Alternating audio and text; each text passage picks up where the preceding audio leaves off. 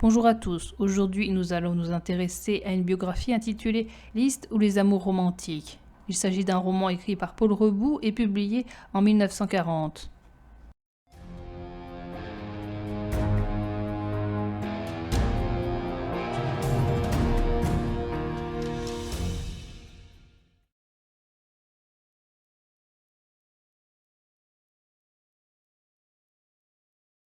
Durant l'été 1817, en Hongrie, dans le village de Reding, se déroule une discussion entre Madame Anna Liszt et Adam Liszt.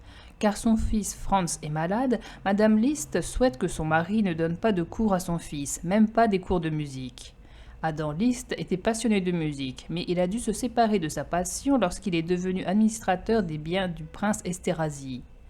Des tziganes passent dans le village. Alors que Madame Liszt dit à son fils de rentrer, Franz ne fait rien. Il aime la musique que les tziganes sont en train de jouer. La mère empêche une bohémienne de dire l'avenir de Franz. Les parents de Franz reviennent du palais. Ils parlent de Franz. Le père est fier des progrès de son fils en musique. La mère se plaint que cela donne à son fils de la fièvre et trop d'émotion. Quand ses parents reviennent chez eux, ils entendent leur fils jouer quelque chose, mais ils n'arrivent pas à reconnaître le compositeur. Franz est en réalité en train d'improviser. Les parents comprennent que leur fils est un génie. La renommée de Franz s'étend et des personnes viennent l'entendre jouer. Le baron von Braun lui demande un concert. Franz joue devant le prince. Un jour, l'élève dépasse le maître. Monsieur Liszt décide de quitter sa situation et de partir avec sa femme pour accompagner Franz à Vienne où il recevra d'autres leçons de musique. Lors du déménagement, Franz a 9 ans. Le père se rend avec son fils chez Monsieur Charles Czerny, qui est enthousiasmé d'avoir un tel élève et qui lui donnera des cours gratuits. Franz prend des cours d'un niveau plus élevé que ceux dispensés par son père. La famille vit assez chichement. Le père fait de menues besognes et la mère fait de la cuisine dans une auberge. Franz se sent capable de donner un nouveau concert. Son père a réussi à obtenir un rendez-vous auprès de Beethoven que son fils voulait voir à son concert. Le père et son fils se rendent chez le maître. Beethoven demande à Franz de jouer. Le maître ressent de l'admiration pour Franz et il demande la date de son concert. Franz donne son concert. Beethoven y assiste et à la fin il l'embrasse sur le front. Plus tard, Franz ne parvient pas à avoir de Beethoven un thème d'improvisation. Franz suggère à son père d'aller à Paris, qui était alors la capitale du monde. Vivre dans cette ville lui permettrait d'aller à l'école royale de musique et de déclamation de Paris. Son père est d'accord avec le projet de son fils. La famille débarque chez Sébastien Erard, qui est un fabricant de pianos et de harpes. Cet homme organisera des concerts à Paris pour Franz. Le lendemain, M. Liszt et Franz s'en vont à l'école royale de musique et de déclamation voir le directeur appelé M. Cherubini. Malgré une lettre de recommandation et le talent de Franz, Franz n'est pas admis au conservatoire car le conservatoire n'accepte pas d'étrangers. À l'âge de 13 ans, Franz joue à Paris. Il se fait connaître et il se fait apprécier. Il se fait toutefois quelques ennemis. À 12 ans, Franz écrit un opéra intitulé Don Sanche ou le château d'amour. Cette pièce n'a qu'un succès mitigé. Monsieur Paer, qui est un musicien hongrois, aide à la prospérité de Franz. Dans son salon, Franz rencontre la baronne Cholet. Cette dernière est admirative de Franz. Elle l'embrasse, ce qui change Franz et le laisse rêveur. À 15 ans, Franz en a assez d'être un phénomène et il aimerait consacrer sa vie à Dieu. Il veut devenir prêtre. Son père le détourne de ce projet. Franz se met à écrire beaucoup de musique. Son père le surprend dans les bras de mademoiselle Louison, qui est une blanchisseuse. Son père lui dit que les femmes lui troubleront sa vie et la domineront. Franz penche soit dans des crises de mysticisme, soit dans des crises de sensualité. Le voyant mal, le père décide que la mère repartira en Hongrie et que lui et son fils iront à Boulogne. Dans cette ville, le père tombe malade et il meurt. Comme le lui avait recommandé son père, Franz rejoint sa mère. À cause de sa peine, il se retire de la musique quelque temps. Cependant, pour éviter la misère, il recommence à jouer. Il participe à un concert spirituel de l'opéra. Après une mauvaise critique, il multiplie les auditions et les cours aux élèves. La comtesse de Saint-Cricq demande à Franz de donner des cours à sa fille Caroline. Franz accepte. Caroline a une éducation très surveillée. Elle ne peut qu'aller dans les opéras italiens et ne lire que certains livres. Elle a trouvé une cachette avec d'autres livres. Elle avoue à Liszt d'avoir lu La Fontaine et elle lui confie son envie de voyage. Quand il va voir Caroline, Liszt se fait plus beau que d'habitude. Il fait exprès de faire des évocations de l'enfer auprès de la jeune fille car c'était la mode à l'époque. Il lui fait des lectures. La comtesse laisse sans surveillance les entretiens entre Liszt et sa fille car selon elle, il faut suivre les penchants de la nature. Liszt offre une bague à Caroline qui lui révèle qu'elle l'aime. Quand il la serre dans ses bras, elle tente de se retirer et il lui prédit un avenir malheureux avec un mari qu'elle n'aimera pas. Monsieur de Saint-Cricq entre dans la pièce. Il est minuit et Liszt est toujours dans la maison. Monsieur de Saint-Cricq veut que Liszt arrête de donner des cours à sa fille et il veut marier Caroline au comte d'Artigaud. Liszt se rend vers l'abbé Bardin. Il lui dit son souhait de devenir prêtre. Suite à sa rupture, Liszt tombe dans un état d'abattement. Il ne joue pas de concert et il ne veut pas partir en tournée. L'état des finances de Liszt et de sa mère devient catastrophique. Un journaliste qui vient le voir écrit et publie un article nécrologique sur Liszt. La mère de Liszt redonne de la force à son fils. Liszt se tourne vers la littérature et il lit beaucoup. Il rend visite à Chateaubriand. Pour des raisons financières, Liszt est obligé de redonner des leçons. Il a tellement de travail qu'il en devient malade. La révolution de 1830 se déroule. Liszt se mêle à cette révolution et cela le guérit. Lors d'un cours, Liszt rencontre l'amie de la mère de son élève qui s'appelle Madame de la Prunared. Cette femme s'intéresse beaucoup à Liszt. Liszt la courtise et ils finissent par être amants. Elle lui demande d'assister à des réunions d'artistes. Liszt parvient à y introduire Madame de la Prunared. Grâce à sa fortune, Liszt change sa vie. Madame de la Prunared s'occupe de lui. La mère de Liszt pense à établir son fils pour qu'il ait une femme et des enfants. Elle fait rencontrer à son fils une demoiselle, mais elle ne lui plaît pas et il refuse de se marier avec elle. Pour son art, Liszt va voir des personnes nouvelles telles que des fous, des prisonniers ou encore des joueurs dans des maisons de jeu. Liszt va avec ses amis Madame de la Prunared et son mari à Dieppe. Liszt admire le fait que Madame de la Prunared se baigne alors qu'en réalité elle a vécu une mauvaise expérience. Madame de la Prunared continue son adultère avec Liszt. Liszt rencontre Chopin et Berlioz. Berlioz entretient son exaltation romantique. Chopin entretient son goût pour la musique orientale. Liszt assiste à un concert de Paganini. Cet homme lui donne l'idée de créer des choses nouvelles. Le couple de la Prunared s'en va dans les Alpes et il propose à Liszt de les suivre.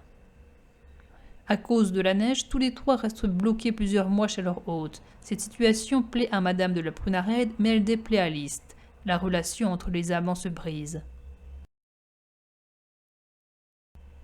Chopin vit une existence de luxe à Paris. Il invite des personnalités à ses soirées telles que Balzac, Delacroix ou encore Théophile Gautier. Lors de ces soirées, Liszt rencontre la comtesse Marie d'Agoult. Elle l'invite chez elle. Liszt vient. Il est admiré de la comtesse et de ses amis. Elle l'invite le lendemain. Liszt se rend chez elle. La comtesse se plaint de sa vie monotone. Elle voudrait s'intéresser à un artiste. Sur sa demande, Liszt joue du piano. Elle en est comme bouleversée. George Sand et de Musset parlent de Liszt qui serait épris d'une femme du monde. Sand demande à Musset de lui amener Liszt. Elle le lui a déjà demandé plusieurs fois, mais de Musset, jaloux, ne lui a pas encore accordé cette faveur. La comtesse et Liszt s'écrivent des lettres et ils arrangent ainsi leur rendez-vous. Durant le séjour en été à Croissy de la comtesse, Liszt demeure loin de sa maîtresse. Il passe son temps à lui envoyer des billets d'amour. Elle-même avoue être amoureuse de lui. La comtesse se rend auprès de Madame Lenormand qui peut lire l'avenir. Cette voyante lui révèle que sa situation va changer dans 2 ou 3 ans, que son nouveau nom sera célèbre en Europe et qu'elle habitera l'Italie. Liszt a peur de tomber dans l'adultère avec une femme comme la comtesse qui lui paraît sans tache. Il se rend chez l'abbé Lamennais. Ce dernier lui conseille de se réconforter dans l'art pour fuir la chair. Liszt reste quelques semaines à la Chênaie. Liszt revient à Paris avec l'intention de ne plus voir la comtesse. Cette résolution ne tient pas longtemps. La comtesse lui fait jouer de l'orgue dans une église en pleine nuit. De retour chez Liszt, il lui demande pourquoi elle ne s'affranchit pas de son mari. Il serait capable de l'aimer comme s'il avait été le premier. Il la raccompagne chez elle à 5 heures du matin. Liszt et la comtesse consomment leur relation. Les deux amants multiplient les rendez-vous amoureux. Ensemble, ils testent la ligne de chemin de fer Paris-Saint-Germain. Louison, qui est une des filles de la comtesse, est malade, et elle finit par décéder. La comtesse en est choquée. Elle décide et elle dit à sa mère qu'elle va vivre avec Liszt. La comtesse et sa mère retrouvent Liszt à Bâle où il doit jouer. La fuite de la comtesse est un scandale à Paris. Il y a beaucoup de ragots. Le couple se promène un temps dans les montagnes suisses, puis il se fixe à Genève. La nouvelle de leur fuite est allée jusqu'en Italie. La comtesse reste enfermée chez elle. Liszt la fait sortir pour aller à un spectacle, mais elle doit subir les regards des autres qui la jugent. Les Genevois brossent un portrait élogieux de Liszt. La comtesse attend un enfant.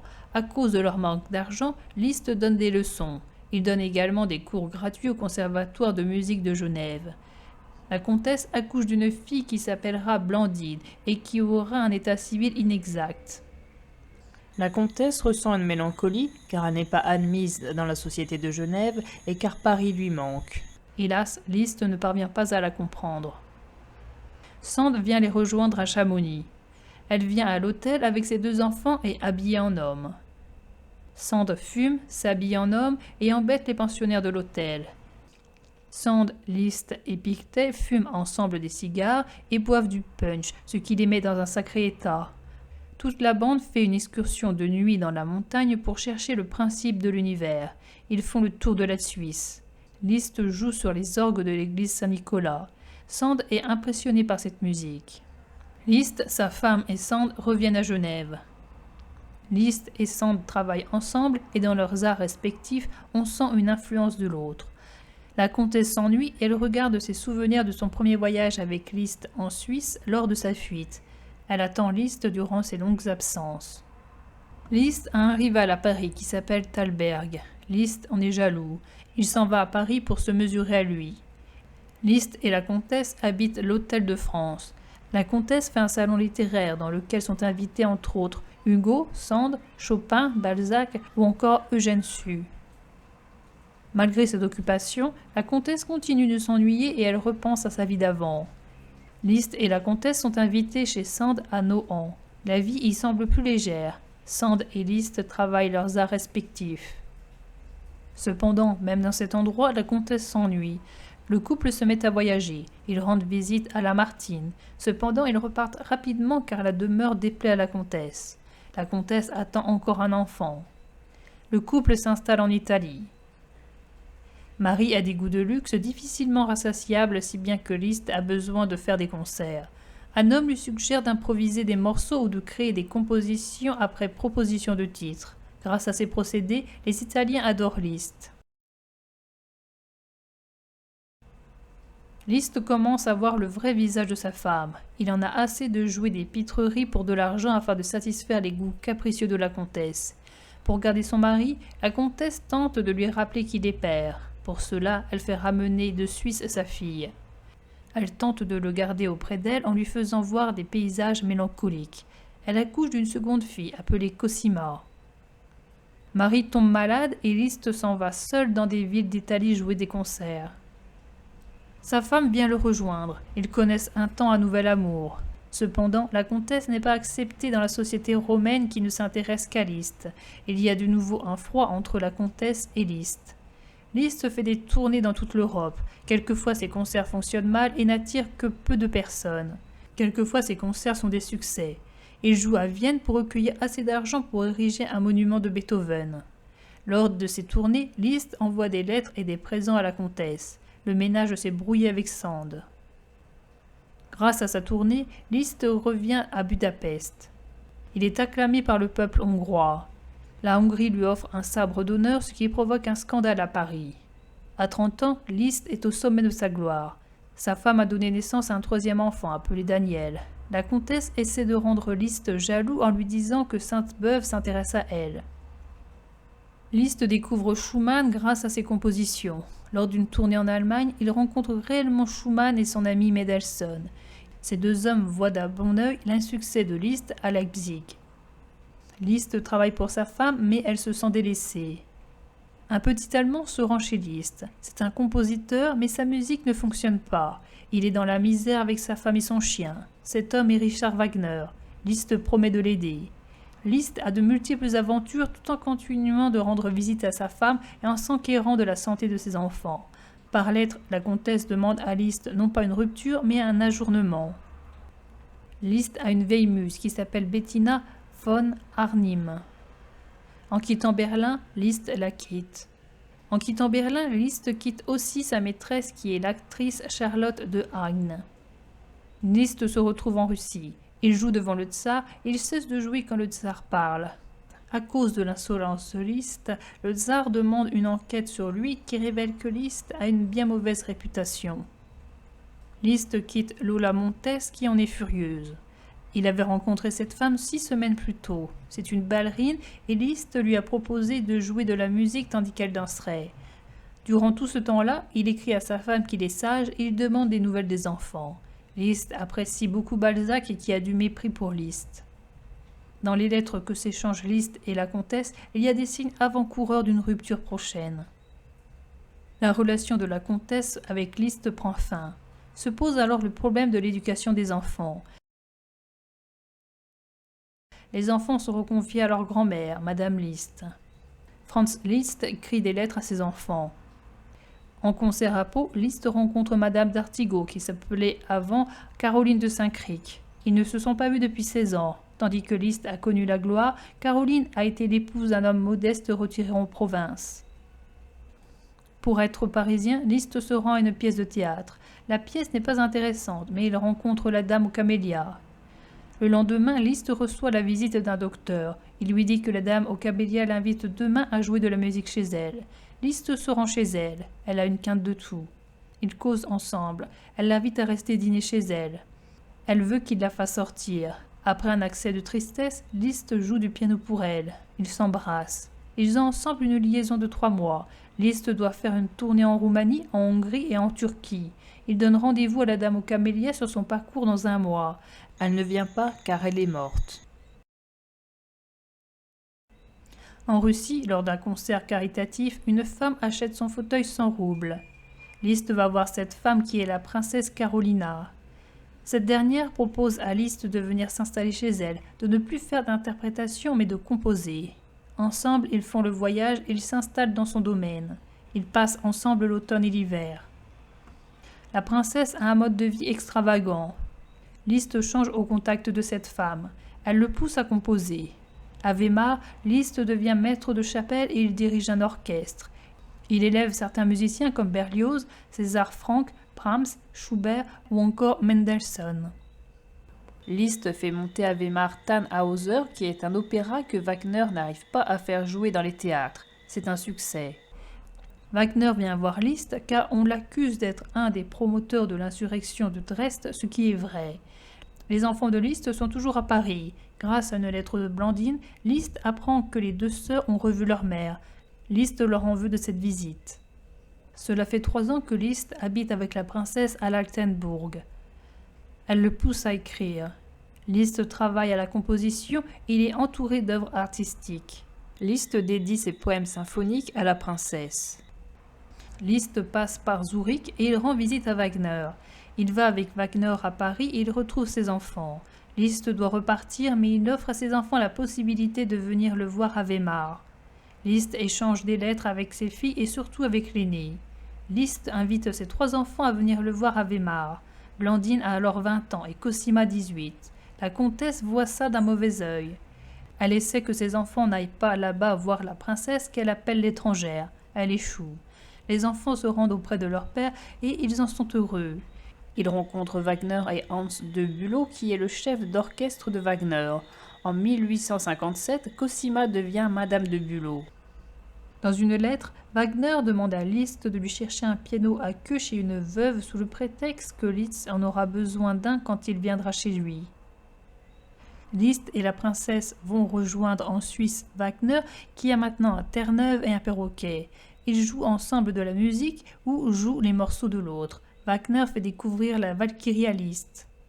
Wagner reste jaloux de Liszt, car il a des admiratrices tandis que lui vit avec Mina, et car Liszt rencontre le succès alors que ce n'est pas encore son cas. Daniel a la tuberculose. Il meurt à 20 ans. La princesse devrait divorcer de son mari, mais ce divorce subit une contestation. Liszt a 50 ans et il se sent vieux. Il fait un testament. Il demande à Caroline de partager son héritage en deux entre Blandine et Cosima. Il demande à ce qu'une bague soit donnée à la comtesse de Saint-Cricq. La princesse vit depuis 14 ans avec Liszt et elle aimerait légitimer son couple, même si elle n'a plus de relation avec lui. En 1861, la princesse est enfin libérée de son mari, mais le pape annule cette décision. Blandine est mariée à Émile Olivier, qui est un avocat député.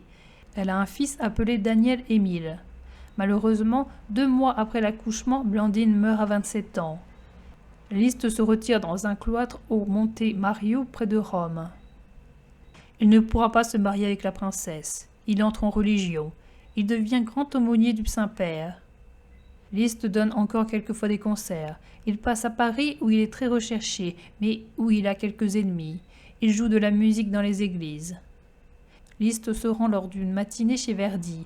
Tout Paris y est. Verdi et Liszt jouent et sont acclamés.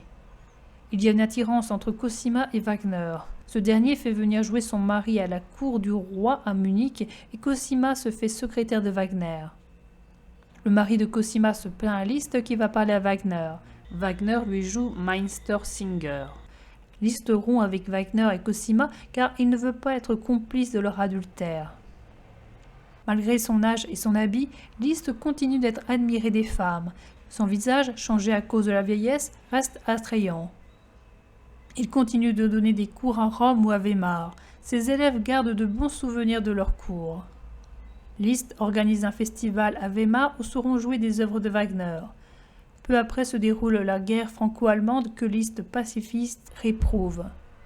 Liszt passe sa vie entre Weimar, Budapest et Rome. Il oscille entre dévotion et enseignement.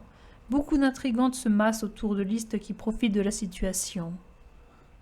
La comtesse Janina ne quitte pas Liszt. Il lui confie le recopiage de ses manuscrits. Elle le poursuit, elle veut même le tuer et mourir après lui. Après avoir compris que Liszt ne veut pas d'elle, elle brûle les manuscrits qu'il lui avait confiés. Liszt a encore une autre maîtresse. Il s'agit de la baronne de Meyendorff, surnommée la Chatte Noire. Liszt est encore en couple avec la princesse qui lui pardonne ses maîtresses car elle sait être son amour véritable. Elle est toujours soulagée lorsque Liszt rompt avec la baronne. La fille de Théophile Gautier, qui s'appelle Judith Gautier, lui demande pourquoi il ne veut pas que Cosima divorce et se marie avec Wagner. Liszt lui dit qu'il est pour, mais que c'est contre son habit. Cosima et Wagner parviennent à avoir le droit de se marier. Liszt est invité par Wagner pour la pose de la première pierre de son théâtre à Bayreuth. Liszt ne peut pas y aller, mais la brouille entre eux deux est terminée. Liszt finit sa vie pauvre car il a donné toute sa richesse. Il ne ressent pas de remords et il a vécu pour le bien et pour le beau. Liszt habite la majorité du temps à Tivoli. Il donne de la menue monnaie aux mendiants. Liszt est nommé chanoine d'Albano. Son corps commence à présenter des défaillances. Liszt a 74 ans lorsqu'il va voir Cosima à Bayreuth. Wagner est mort depuis 3 ans. Liszt voyage pour voir ses amis. Sur le chemin du retour, pour ne pas déranger un couple d'amoureux, il voyage avec la fenêtre ouverte. Liszt en tombe malade. Il tient tout de même à aller voir une représentation de Tristan et Iseult. Quelques jours plus tard, il meurt. Un jour, il vit arriver un petit Allemand qui avait longtemps attendu dans l'antichambre, un petit homme sec, au visage de polichinelle, vêtu de vêtements trop étroits et aux cheveux roux. Au moment où Liszt allait sortir, ce solliciteur l'accrocha dans l'antichambre et lui dit en allemand « Monsieur Liszt, je ne suis pas votre compatriote, mais nous ne sommes français ni l'un ni l'autre, et votre générosité est bien connue. Pour les artistes étrangers qui se rencontrent à Paris, il y a quelque chose de commun, l'amour de la musique. » « Vous êtes musicien? Exécutant? » ?»« Non, monsieur Liszt, compositeur. Je transcris des arrangements sur la musique de Donizetti. Mais je parle très mal le français, et cela gêne beaucoup. Les Français ont toujours l'air d'être pressés, et pourtant ils n'en finissent pas de se décider. Je me suis rendu chez le directeur de l'opéra. J'avais pour lui une lettre de Meyerbeer. Il l'a lue. Il m'a reconduit bien gentiment. Et puis je n'ai plus entendu parler de rien. J'ai fait quelques autres visites sans réussir. J'ai essayé, même, d'entrer comme choriste dans un théâtre. C'était 3 francs par jour. Mais on n'a pas voulu de moi. J'ai composé des suites pour cornet à piston d'après le postillon de Longjumeau. On ne m'a donné que la moitié de ce qu'on m'avait promis. J'ai fait la musique pour une opérette, la descente de la courtille. Voilà où j'en suis. Et je suis en pleine misère, avec ma pauvre femme, mon grand chien. » Le petit Allemand avait l'humeur un peu fantasque. Après avoir prononcé tout le début de son discours sur un ton pleurnichard, il s'égaya soudain. « Oui, Robert, c'est un Danois. Il est si gros que quand je l'emmène en voiture, sa tête passe par une portière et sa queue par l'autre. » Liszt objecta avec un sourire. « Pourquoi, dans votre situation gênée, vous encombrez-vous d'un chien ?» Sentimental, l'autre répliqua. « J'aimerais mieux vivre de croûte que de m'en séparer. C'est mon meilleur ami. » Puis il reprit, dolent. « J'habite en Garnie. J'ai mis au mont-de-piété tout ce qui nous restait à Mina et à moi. Mina, c'est une compatriote qui s'est attachée à ma vie, un brave cœur. Nous n'avons pas de quoi déjeuner aujourd'hui, monsieur Liszt, vraiment pas de quoi. Pouvez-vous me faire obtenir quelques copies? J'aime tant votre musique, monsieur Liszt. Ne trouvez-vous pas inadmissible qu'un homme comme moi, qui a le culte des maîtres, en soit réduit, pour manger, à faire de la musique de danse, des galops? » Il n'y avait plus aucune humilité dans l'attitude du petit Allemand. Il se tenait raide. Il parlait d'un ton cassant. Ce n'était pas un mendiant. C'était un homme jeune qui sent quelque chose en lui et qui se débat pour obtenir son droit à la vie et à la beauté. Liszt, finement ganté, richement vêtu, allait déjeuner en ville. Il fut ému par le contraste entre son luxe et la misère de ce petit rouquin dont le regard avait quelque chose de perçant. « Je vous promets que je m'occuperai de vous, mon ami. Où habitez-vous ? » ?»« Rue du Helder, au 25, monsieur Liszt. »« Belloni, voulez-vous prendre note ? 25, rue du Helder. »« Et vous vous nommez ? » »« Richard Wagner. Ça s'écrit comme on prononce. »